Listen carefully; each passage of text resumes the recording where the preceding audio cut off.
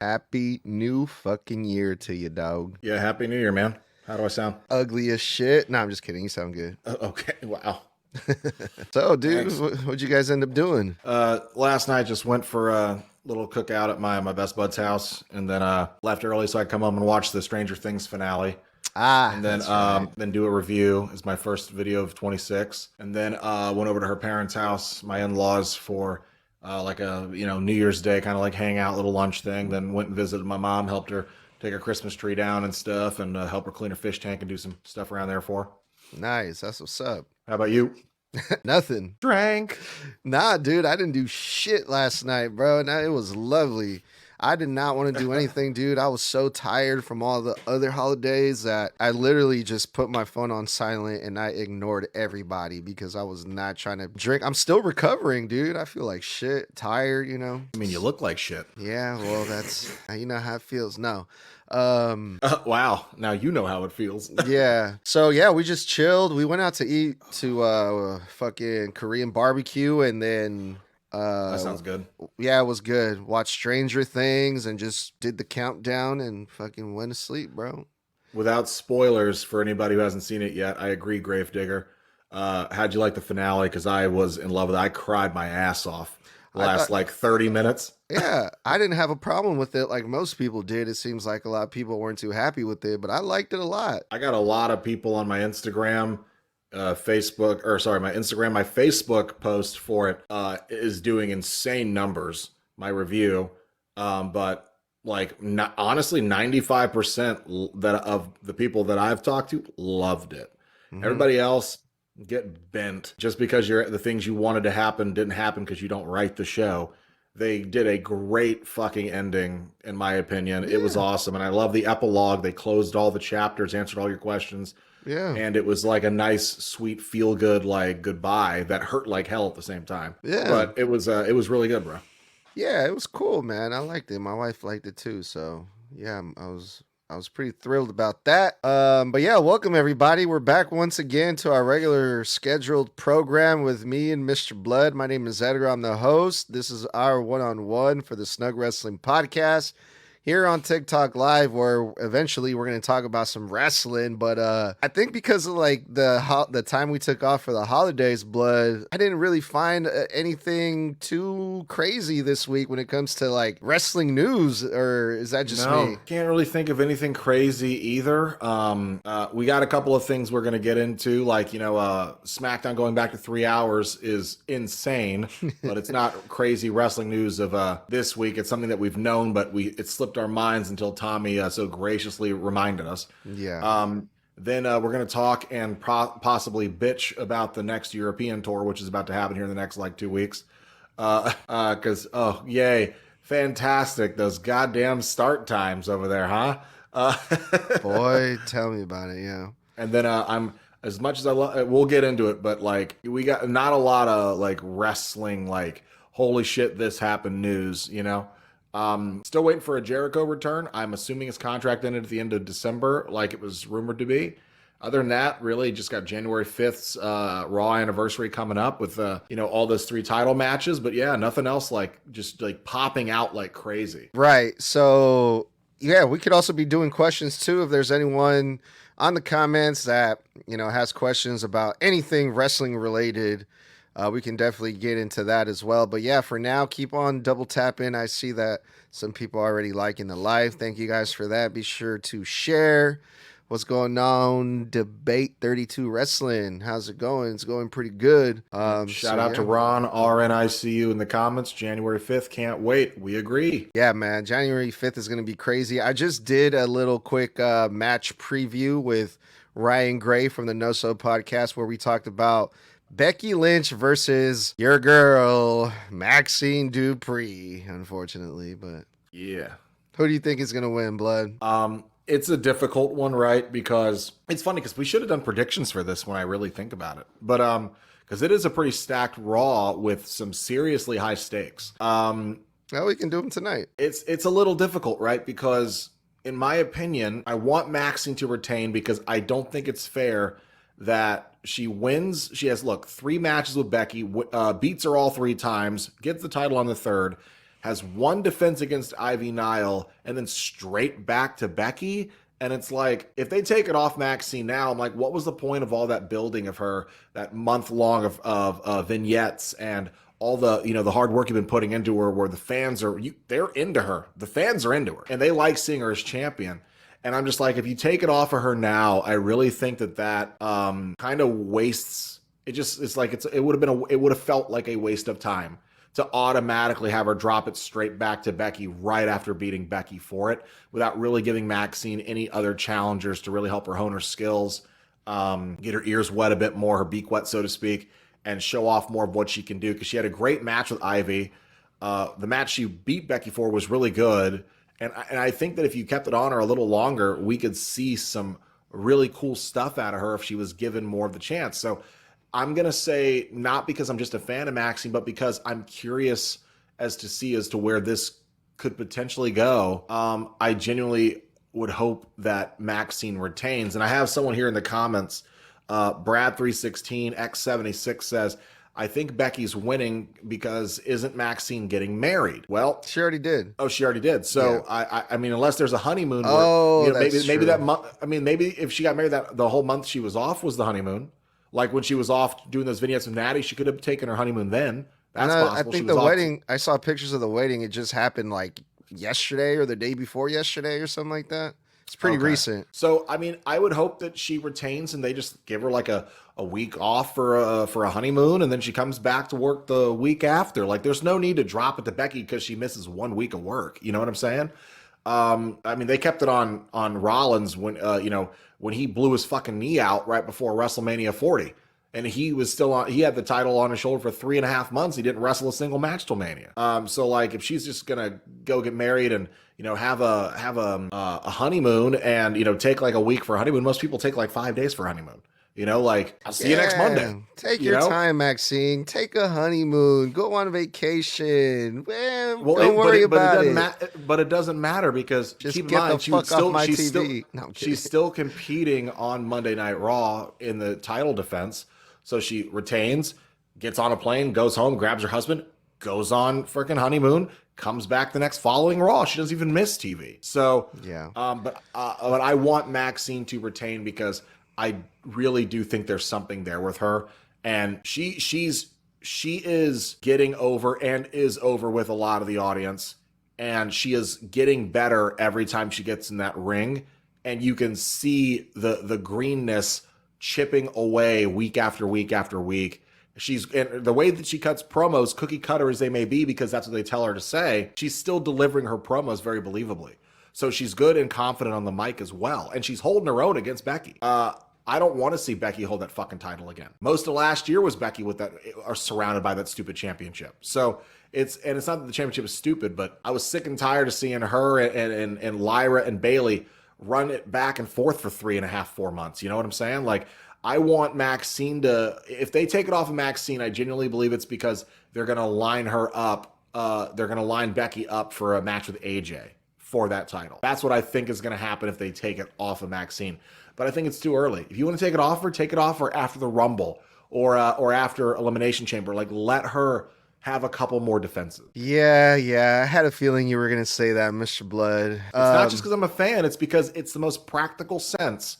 If you say you were trying to build if we're going to talk about sense, they shouldn't have put the title on her in the first place. No, because if you say I disagree. If you say you're trying to build new stars, you have to be willing to roll the dice on people sometimes and give them a chance to impress you, give them a chance to show you what they can do. Maxine has locked in. That she has shown them she is willing to put in the fucking effort and the work to be what they want her to be. And that right there is why they put the title on her, because she's game. She's a team player. And to me, if I'm running a business and you're out there representing my company and I need you to represent the way I need you to represent, and you don't got to be perfect, but I need you to go out there and work your ass off and show that you were willing to work as hard as you can with nothing left. And that's fine. And she does and that's cool. Yeah, she does. But I mean, I can guarantee you there's at least 10 other women that are as committed as Maxine Dupree, at least 100%. In that whole fucking roster. 100%. But a That lot of doesn't them, tell me like, oh, you deserve to be Intercontinental Champion. you're No, not. it You're not doesn't. wrong. You're not wrong. But I would argue, are those 10 people more over than Maxine, or are they sitting in catering? Yeah, I don't know how those out of those 10 people, they can be over or they can be more over than Well, Maxine. But Maxine has a spot right now, which is yes. something I don't understand. But yeah. But well, here's the thing too, because WWE picks and chooses when they are going to commit to somebody. Case in point, as soon as Chad Gable went away for his surgery, they made a big stink about Ivy. When I come back, all of you better have gold. And Ivy said, oh, we're going to win all the titles. And for 2 weeks, they gave her and the rest of them a push. 2 weeks, the Creed brothers and her. And then they were off TV for a good month and a half. And then we saw them, but it was only in Jackie Redmond interviews backstage, or it was up with Byron Saxton in commercial breaks. And that was it. They said 2 weeks and they were like, let's do something else. So, and Ivy, you could argue, should have been IC champion already, okay? And they didn't give it to her. Lyra could have held on to it. They could have given it to Bayley, and they fucking didn't. But they said, you know what? We need the tag division stacked out right now, and we need to build a new star that people love. So let's turn Maxine into a project, see if she can hang. She is hanging. Okay, now let's feed people to her that are better than her to push her to get better. And that's what they're doing. No, yeah. I guess in that sense, it does make sense because we were just talking about this when we were talking about Stephanie Vaquer in the women's division. And I want to give a quick shout out to Christian. I see you in the comments.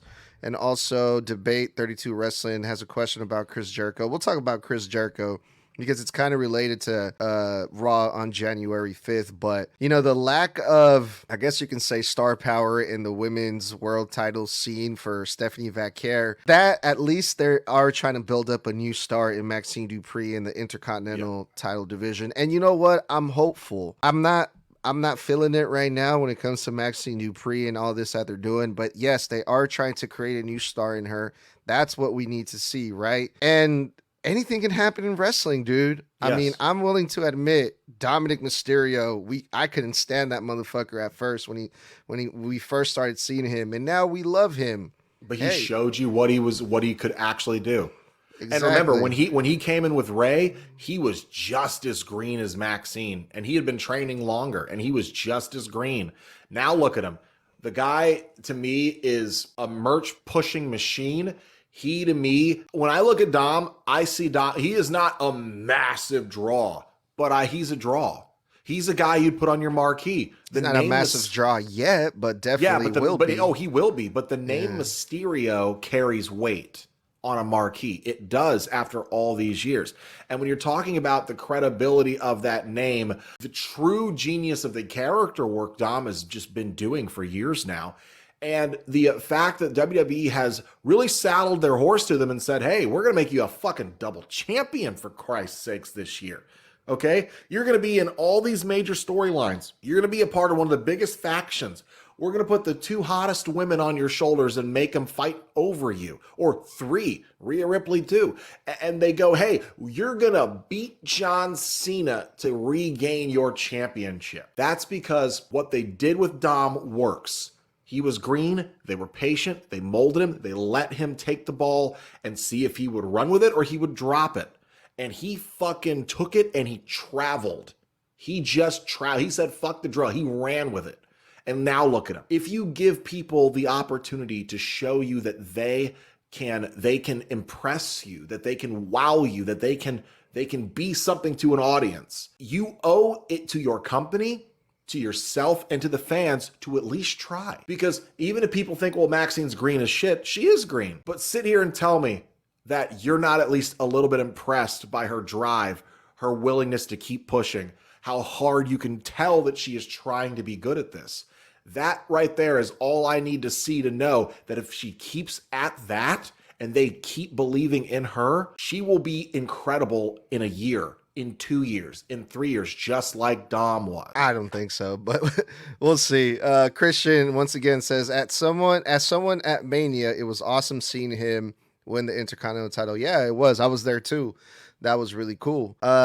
So yeah, let's stick on this Monday Night Raw for January 5th because the rumors are going around that Chris Jericho is officially a free agent. I've been seeing the posts about it all day. Now that December is over, we're in the new year. Chris Jericho is a free agent. Now the question is, when do we see Chris Jericho return to the WWE? It's pretty certain most people feel pretty confident the fact that Chris Jericho is going to sign with the WWE. Do we see him as close to January 5th, this next upcoming Monday Night Raw, or do you think we'll see him at the Royal Rumble? I mean, if they're really trying to stack Raw, we've already got, 3 title matches, the world title, we have the Intercontinental Championship, and I believe we have a Women's Tag Team Championship match that night as well, right? So, and WWE's typically doing like a 5-match card. Then you got to throw in promos, bells and whistles, the last year, and then they're going to plug Unreal for season 2, which is coming out in a few weeks. And they're going to start talking about the freaking European tour. I don't know if he fits on the show without feeling crammed into it. Because it also depends on what those other 2 matches are. And I do think something was announced. Like, I think we already know like 4 matches at least. But I feel like as cool as it would be to see him right now, I think the Rumble just makes more sense. It's right around the corner. It would be the biggest pop of the Rumble. The biggest pop of the Rumble. I can't think of anybody else who could return at the Rumble, albeit like Kevin Owens or one of the other 20 million people that's out injured right now. Seth Rollins coming back like early or something like that. I can't think of anybody else who's gonna get a bigger pop and have a bigger moment than Chris Jericho returning. Because if he re-signs the WWE, it is his last contract wrestling period. And then he's going to retire. I don't even think he's got another year of wrestling left in him. If you want me to be honest, I think if he re-signs, this is his last year as an active competitor, and I think he's going to get retired this year at some point, probably by Gunther. Yeah, I don't think this is definitely going to be his last WWE contract, but he's definitely going to go back to AEW after whatever. If he comes back to the WWE, when he comes back to the WWE, Chris Jericho, I definitely still see him going back to AEW because he was there. He helped start AEW. So I don't see Chris Jericho retiring and not having like a farewell tour, some type of retirement, something to do with AEW on his way out. I mean, it's not that he helped start AEW. He wasn't yes, really he part did. of start. What do you mean? No, he was one of the reasons it started. He was, yes, but it wasn't his idea. They No, predicated but he helped started it. They predicated the main card and the drawing power off his name, but he didn't start it. He was just the biggest star they had for the show because he was the main guy for the longest time, and at the original all out or all in or whatever the fuck it was, okay, he was the biggest name on the card. But he is an AEW original. But I don't see him going back to AEW anytime soon. I mean, think about it. Let's say he re-signs WWE, right? WWE usually does 3 to 5 year deals. That's it. So when it comes down to it, I see him doing like a year as an active competitor, getting retired either this year or at Mania next year. And then he's got 2 years left with WWE. So that means he's going to turn into a trainer or a producer role. Okay. And then he's going to be off screen for a while or go on tour with Fozzy because he's still going to tour with Fozzy even while he's under contract with WWE here. So you'll see him for like half of this year. And then the other half of the year, he's going to be on tour or on the Jericho Cruise because they have one scheduled for this year. And then you'll see him around Mania season next year. He's going to build up his retirement match, be retired, and then he'll be a producer and he'll probably have 2 to 3 to 4 years left on that contract. And then maybe he'll go back to AEW way after that, like 3 to 4 years from now, 3 to 5 years from now. I could see him being back there. But until AEW starts their own like Hall of Fame, I don't know why he would return there. Because who wants a 60-year-old active competitor? Like it's supposed to be with the young guys. Like all elderly wrestling isn't just a joke for nothing. Some of your top guys are in their 40s and 50s. You had Sting wrestling in his 60s.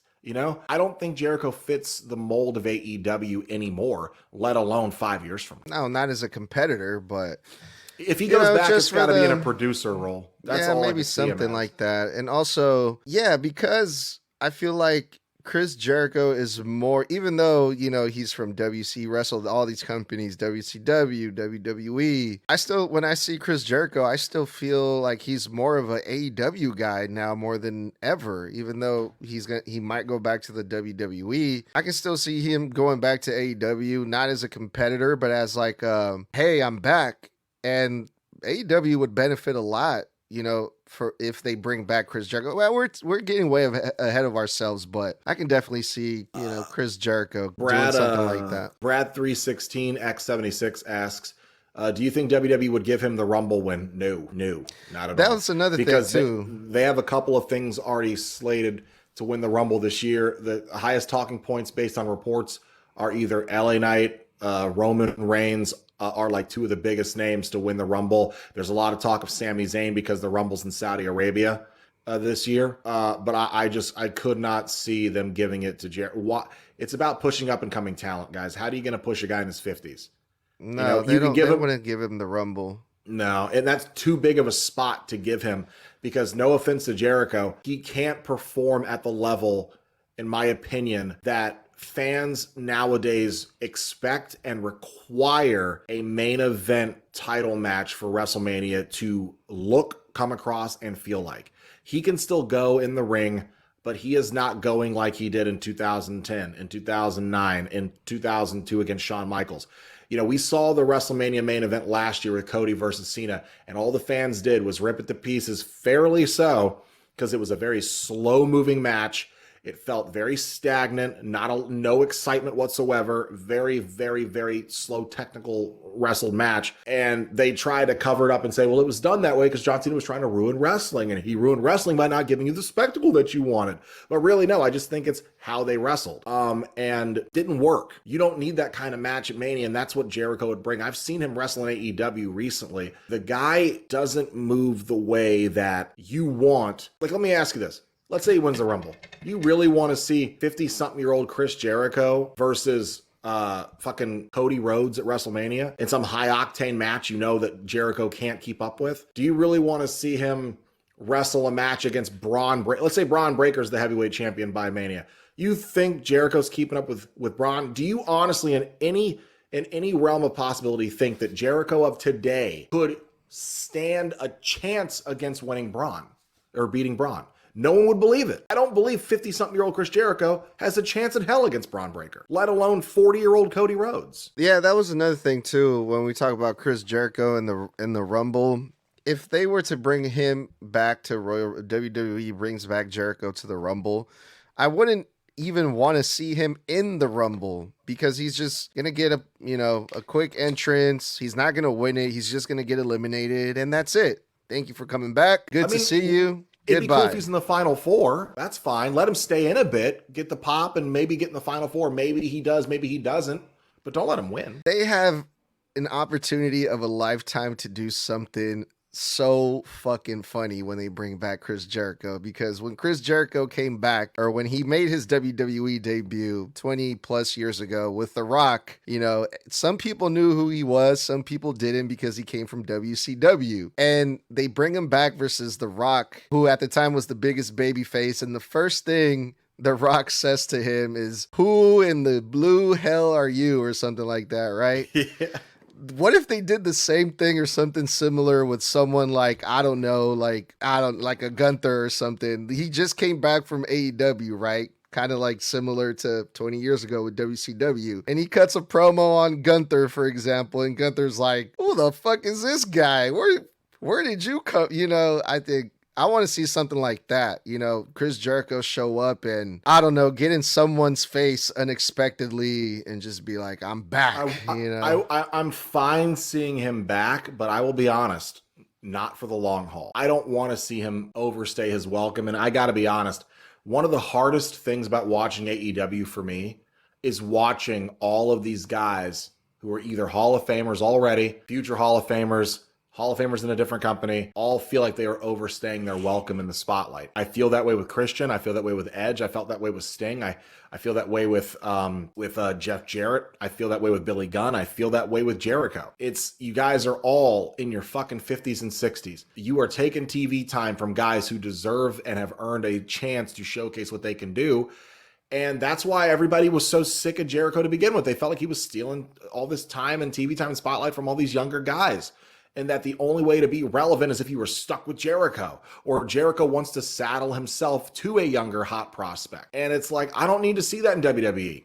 You want to show up and be a part-timer for the last year of your career? Okay. But I don't want to see you on every Monday Night Raw, getting in every world champion's face, taking TV time and like taking titles off of people. Like, God forbid they have him return to SmackDown and he just like takes it off of Carmelo Hayes or some shit like that. You know what I'm saying? Like, I don't know what spot you put him in other than utility player, part-time utility player. Keep him strong enough so when he eventually goes for his retirement match, it means something and it feels like he has a chance. But nah, bro, it's just he's overstayed his welcome, in my opinion, already as an active talent. Yeah, I don't know about that because there's a big difference. When you're in AEW, it's one thing. When you're in WWE, it's another thing. Just ask Cody Rhodes. Just ask Ricky Saints. Just ask Ethan Page. And there's a difference in the stuff that Jericho was doing in AEW, which was all these different gimmicks that Jericho had, the learning tree and Painmaker. All this stuff that he came up with. But what's one thing that he is in WWE that WWE owns that he is not able to use anywhere else? It's Y2J. Chris Jericho is going to come back as Y2J Chris Jericho. And I think that right there, I think it's going to be fucking gold. So, I mean, there's a big difference. I think that if he comes back as Y2J, okay, you could retread that, but it'd be now the second or third time he's returned in that gimmick. And it's like, I've seen this so many times before. So now it's just your old shtick. I'm the Ayatollah of rock and roller. Okay. Like my favorite gimmick he ever did, honestly, was when he was the intellectual, where he dressed in a suit every promo and he was saying all these big, long words and calling the audience stupid because he was an intellectual and they couldn't understand him. And he was just so beady and so disrespectful. And he was feuding with like Big Show and frickin' Shawn Michaels. And, that was the last time I felt like he was in a great, great, great gimmick. And then, of course, the best friends gimmick with Kevin Owens. I thought that was genius. The Festival of Friendship is one of the most beloved, underrated moments of the last 11 years of WWE. If he comes back as Y2J, okay. But I want two things from him. Some new material in that Y2J shit. And I need him to be in shape. Because if you're going to wrestle and try to stand next to all these young 20s and 30-somethings and then still take their spotlight, you need to at least put in the effort to stay in shape. Because there have been many times that he's, over the last several years, where he's been in AEW, where he's just let himself go. And then he still wears those fucking trunks while his love handles and all of his shit's just flabbing over the side, and his man titties are everywhere. And it's like, dude, you're in the ring with a 25-year-old. How are you not embarrassed that you are not putting in the effort, but you are still taking TV time? You know what I'm saying? Like, put in the effort to at least keep up your physical appearance. It's part of the job. I feel like if you want that spot, you need to look and work like you want that spot. Yeah, well, I would say the same thing about Kevin Owens, yet, but here we are. Kevin can move 15 times better than Jericho at his weight. And that's why he gets away with it. He also wrestles in a shirt. So. Yeah. I think there's a lot of people excited for this. Like, a lot of old WWE, like Attitude Era fans who don't really watch. Chris Jericho's going to bring back a lot of old eyes that haven't watched the product, I think. And I think that's one of the things that also is a big benefit for WWE and fans as well. He's going to bring AEW people over too, who still love him. But I would argue, whether people want to admit it or not, all these diehard AEW fans, and it's totally fine to be a diehard AEW fan. However, I'm highly against wrestling tribalism, because I think it just rips us all apart when we all love wrestling. It's just about what type of wrestling you like. But my thing is, whether they like to admit it or not, AEW fans do watch WWE. They do. Yeah. Maybe not all of them, but most of them watch both products. Yeah, for sure. Yeah, what else we got? CM Punk versus Braun Breaker. CM Punk is a current world heavyweight champion. What do you think is going to happen there, Blood? Man, I'm scared, bro. I'm happy that Braun is getting this push. I'm happy that Braun is a prospect in a project that is working. But I also don't want Punk to lose his title on his first defense because he just won the fucking thing. And I love Punk to death. And Punk has not had a title defense yet, correct? He won the thing, then he went to War Games, then he was off TV for 2 weeks. Now he's got this match with Braun. So he hasn't had a single title defense yet. And he won that thing when when did he take it off of I'm just blanked. Who did he beat for it? I just blanked on who he beat for it. Yeah, wasn't it Seth? Seth? Was it Seth? Yeah. I don't even fucking remember. Fuck, why am I blanking? Which pay-per-view was it? I don't know. We watch so much wrestling, it's hard to keep up sometimes. I am blanking on which PLE. People are saying Jay. Oh, it was the finals between Punk and Jay, wasn't it? It was, because it was vacated. That's right. It was vacated. Okay, yeah, that's right, because Punk goes out after SummerSlam, I think, or no, Rollins goes out after WrestlePalooza. It was like Saturday night's main event, I think, right? It was him versus Cody at like Crown Jewel or something. No, when Punk won the title, I mean. When Punk won the title, Saturday night's main event, yeah, in the tournament final, yes. Yeah. Fuck, what a blur last year's final quarter was. But I don't want to see him lose it after one defense. Though I love Braun, you could argue that you don't know if someone's ready, like I argue with Maxine, until you push him in the deep end.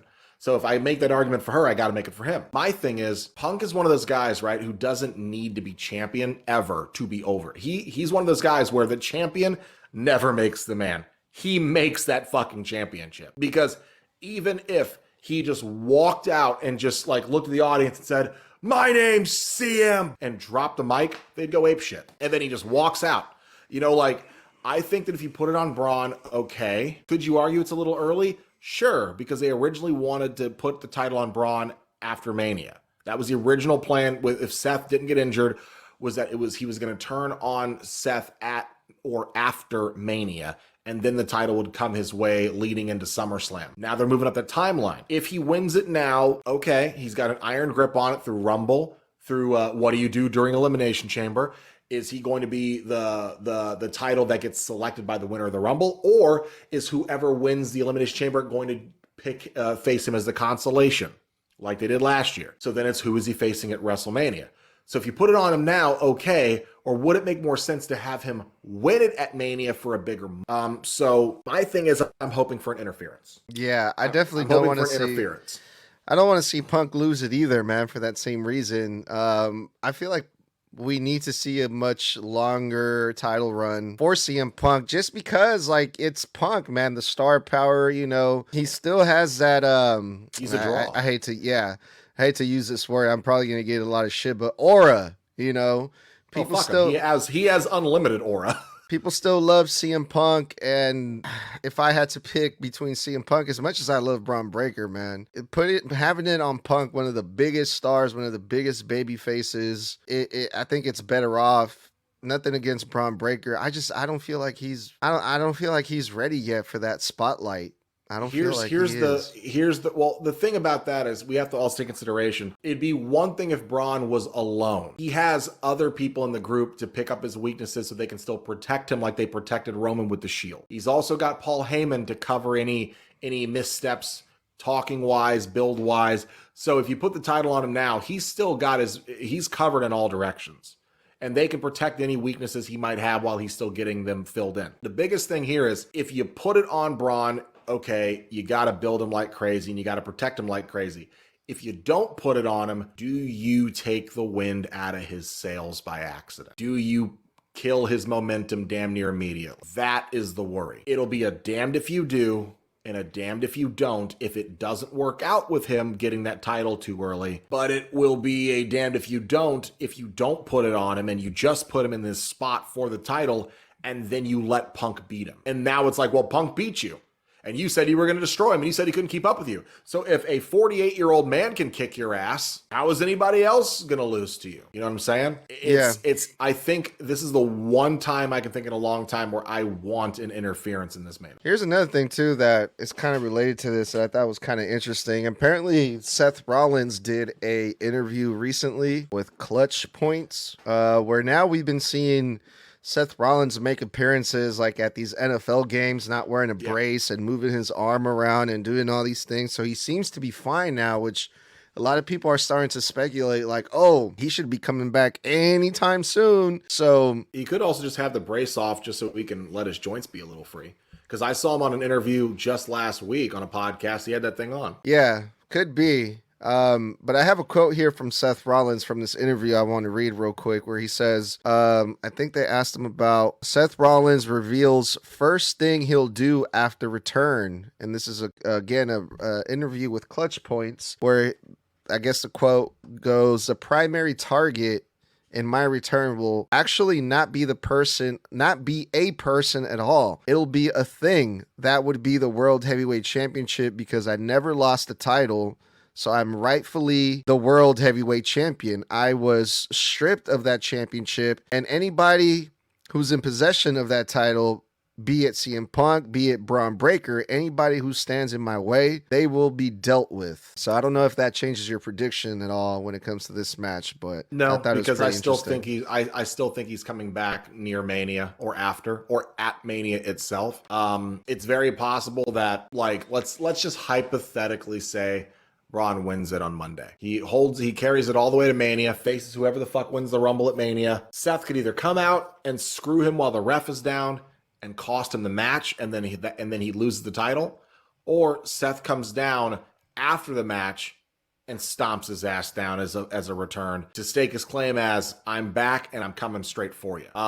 If he doesn't, I think it's very possible that like let's say Punk carries it all the way to Mania. Punk faces Braun in the main event of WrestleMania as a rematch. Right as Braun is about to win, because Braun's the one who took him out, ref bump, whatever, he stomps Braun to help Punk, reluctantly help Punk, fight off the rest of the division. Punk retains, and now Rollins goes for Punk for the World Heavyweight Championship, a match that we were supposed to get so many times now that we never got.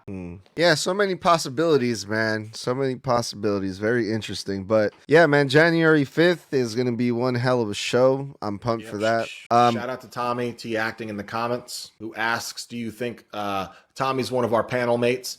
Do you think Theory is a plant for Seth? I absolutely do. Fuck no. I think he's Fuck a Trojan Seth horse. Rollins. No, I'm kidding. Let's go back to the Royal Rumble real quick, because now that we're talking about returns and we're like damn near like right around the corner from the Rumble, we're in January now. One of the names that is being rumored to make a major return at the Royal Rumble is Chad Gable. That's one of the names that's getting thrown around. However, the rumor has it that Chad Gable is going to come back as El Grande Americano, which means we're going to have two Grande Americanos, and kind of have like a ongoing feud with, okay, who's the real El Grande Americano or whatever. That's the rumor right now that's been going around. Yeah. What do you think about that? I think it'd be a fun feud. However, I feel like Chad already knows that Ludwig is the one that's in the mask, because I could have swore that like there was a point in a backstage segment where they were talking to like Jackie Redmond or somebody or Adam Pearce, and you could see certain times in the background. In fact, the very first time we see Ludwig even like lurking behind before he ever gets the mask, he's talking to Chad while somebody's doing a one-shot walkthrough, and you see them in the back corner having a conversation. I think that Chad asked Ludwig to put that mask on for him and continue it while he's out, in kayfabe, obviously. But if, let's just say that he comes back and it's like, who's the real motherfucking one? I think it'd be fun, but then here's the question.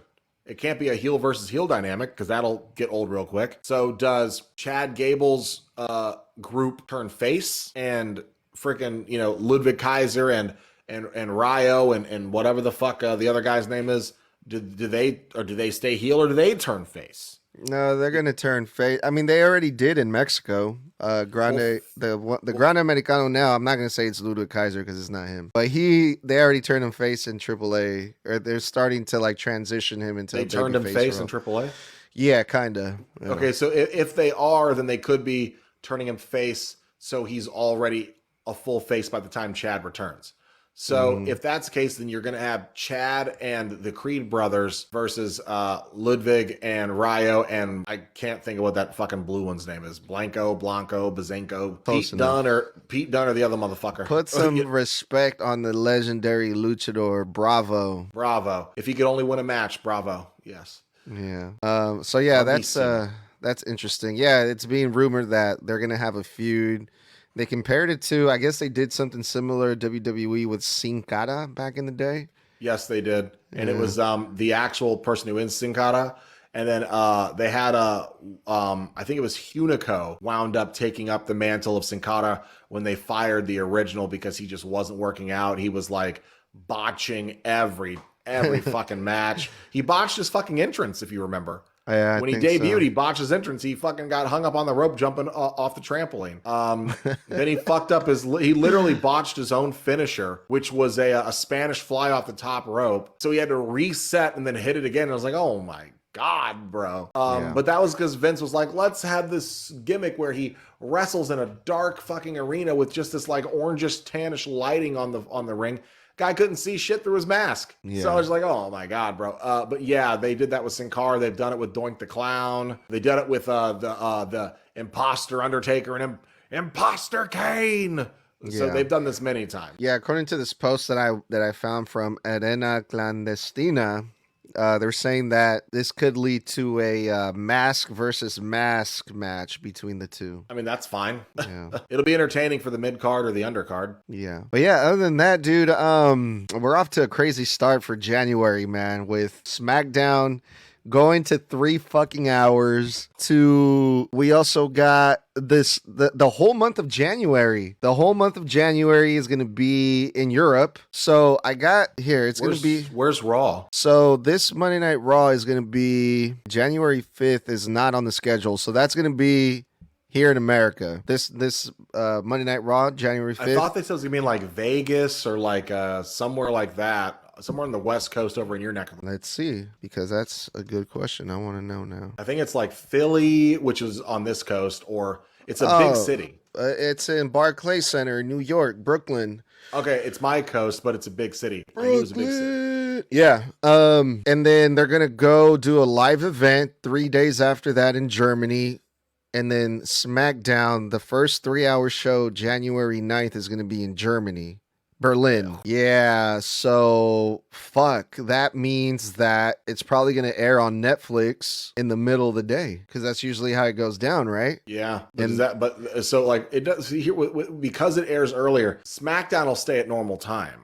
It's Raw that's the problem because they do it live. So like we remember last European tour, we were getting Raws at like 5 a.m., 6 in the morning when they were over in Europe and shit.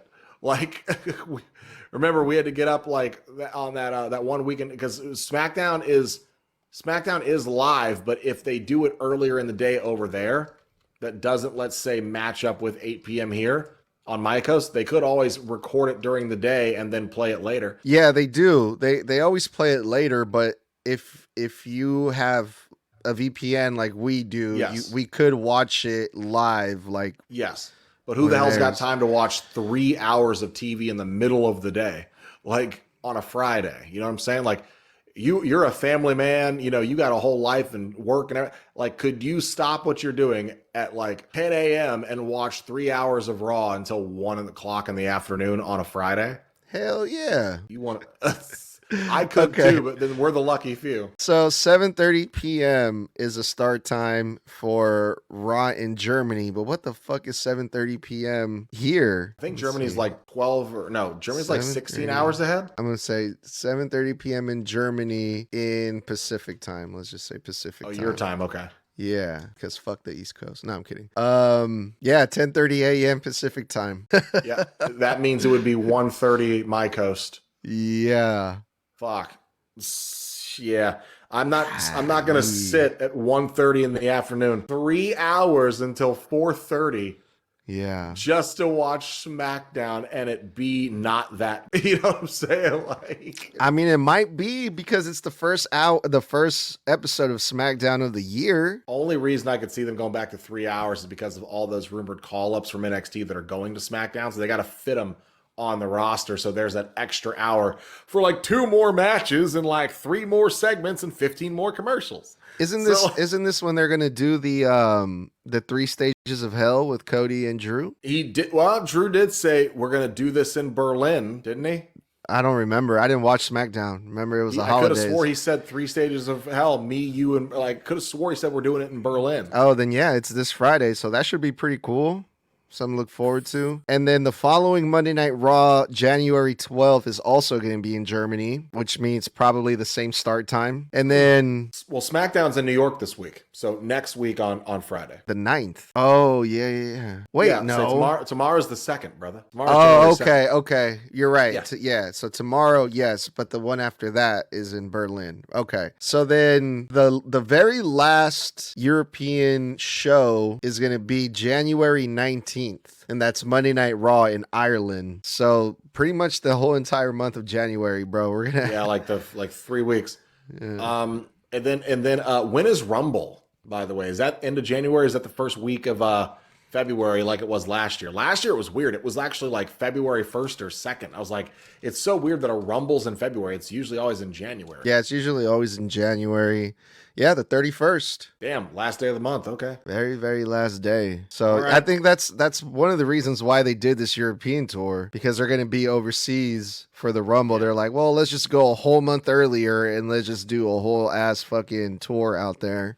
Well, the thing is remember, Rumble's in Saudi, isn't it? Yeah. I think Sammy's winning. But we'll do that for predictions the week prior, but that's a good bet.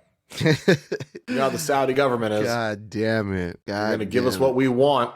Nah, we don't care about your stories and continuity. This is what we asked for. And you better bring Undertaker's dusty ass back out here. They're going to be like, nah, we want Shawn Michaels to win the Royal Rumble. Yeah. 2026. Literally, the Saudi government literally tells WWE to make matches that like you can only still make in like 2K25. Like, we want to see The Undertaker out of retirement versus Shawn Michaels in an Armageddon Hell in a Cell match. Dude, this is gonna suck, man. Having to watch wrestling at 10:30 in the morning. I have like work meetings and shit. Yeah, dude, I'm not gonna be able to watch it live, dude. I was never planning on watching it live. I'm gonna catch the goddamn cliff notes on YouTube. Yeah. I am not watching wrestling that early in the freaking morning for that long. I wonder if the time for SmackDown in the UK is the same time over here. I just want to check real quick. London, UK. What day is that? They're gonna be in London January 16th. 0116 start time. Sorry, it's hard to type when I'm wearing my fucking sunglasses, but I gotta look cool for the live, you know. You don't. Yes, I do. 2 p.m. Eastern is the no, that's not right. Dumb son of a bitch. WWE SmackDown, motherfucker. 1 second. All right, let's try this again. 7:30 p.m. local time. Yeah, it's gonna be at the same time, which is 10:30 a.m. Boy, yeah, I'm just gonna assume all the shows are gonna be motherfucking. Stop trying to be like me, dog. No, I'm kidding. Yeah, dude. 10:30 a.m. start times for the month of January for everyone who wants to watch this shit live, bro. Which usually I like to watch it live for the clips. Yeah. Hey, none of y'all happen to have jobs or responsibilities first thing in the morning, do you? For 3 hours that might take up your time. Yeah. Watch SmackDown. Fuck.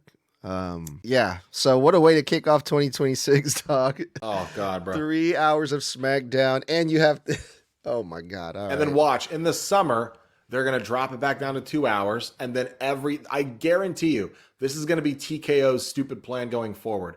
The first half of the year is the European tours, the 2 Saturday nights main events, 3 hour SmackDowns, and once summer hits or summer goes into like late summer, they're going to drop it back to 2 hours like they did last year up until they go into the last 2 Saturday nights main events. Then they go on one more tour in that time frame, and then they're going to be back at the 3 hour. They're going to do it every year like this. Watch. And the Royal Rumble is also going to be at a weird time. If they're in Saudi, I think they usually air it over here on my coast at like 11 or noon. Bro, like seriously, like Rumble, like noon at your time, like I'm gonna lose a whole day because I'm gonna be home all afternoon watching a 3.5 hour 4 hour PLE, like just sitting at home. Like you waste the day. But just because we have to like catch it live, that's aggravating as shit. You know what I'm saying? Yeah, dog, that's crazy. Oh my god, I And I forgot feel about all this bad. Like shit. 30 of those women have got to fucking like literally cover head to like fucking neck to goddamn wrist and down to ankle and can't cover none of their shit. Like, and none of their matches are gonna get the fanfare they deserve. You know, like it's just I hate when they go to Saudi, bro. I really do. I feel bad for Maxine Dupree because that's the only reason people want to watch her matches. Shut the fuck up. Oh god damn it. Thank God Raquel's always covered up. You know, when it comes down to comes Bean. You're going to hell, dog. Oh, I know. I made a deal with the devil a long time ago, homie. I got an air conditioned unit waiting for me down there. Well, yeah, Blood, that was that's the major update for the new year, for the 2026, man. Not really excited of how this year is going to start with the WWE, if I'm being honest, but it's going to be a pain in the ass first month, bro. yeah, but hopefully it's worth it, man. Hopefully they give us some shit to actually look forward to and be hyped about. So far, I mean, the first episode of Raw is turning out to be a pretty good one. So yeah, no, it's a stacked first show of the year. Let's just hope they don't shit the bed with it. But my phone's on 10%, guys. So are we ready to get out of here? Yeah, let's get the fuck out of here. All right, guys. Thank you for joining us. That's going to wrap it up. Thanks for tuning in to Snug Wrestling's 1 hour TikTok lives every Thursday at 9 p.m. Eastern. 9 p.m. Eastern, 6 p.m. Pacific on TikTok Live. And if you love our content, you want to follow us, you can catch us every Monday and Friday night after Raw and SmackDown go off the air for live post-show reviews on Apple, Spotify, X or Twitter, whatever you want to call it, Facebook and YouTube for those actual shows. And if you miss them, then you can, of course, catch the replays on Apple and Spotify. And, of course, like I said, every Thursday night, 9 p.m. Eastern, 6 p.m. Pacific, right here for random wrestling topics for an hour or current wrestling topics with myself, Mr. Blood, and that handsome Mexican over there, Edgar, where we do our one-on-ones and answer your fan questions live. And guys, if you want to support the channel, well, I can't tell you. Click that link or whatever you want to do on Apple and Spotify. Until next time, guys, stay safe, stay savage, and stay snug, and Happy New Year.